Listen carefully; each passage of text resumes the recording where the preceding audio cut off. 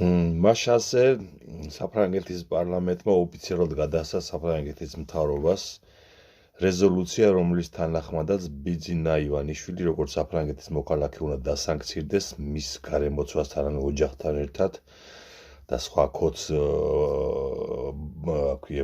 მასასთან ერთად და ასევე მას ჩამოერთვას საფრანგეთის საპატიო ლეგიონის წოდება, რომელიც მან იყიდა გასაგები მიზეზებიდან გამომდინარე, რამდენი 10-15 წლის წინ. აი ასე ბორია.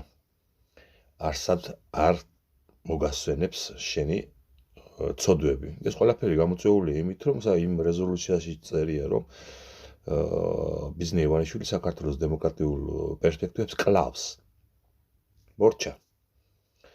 ვერსად ვერ დაევალები ბორი ამას. საფრანგეთი პაკა. მორჩა შენი ეს ფრანგული რივიერა და იქ სრასასახლელები და ასე შემდეგ. სიმდიდრე. და ემშვიდობე. ახლა უსკამენა გორსკში. ნახო.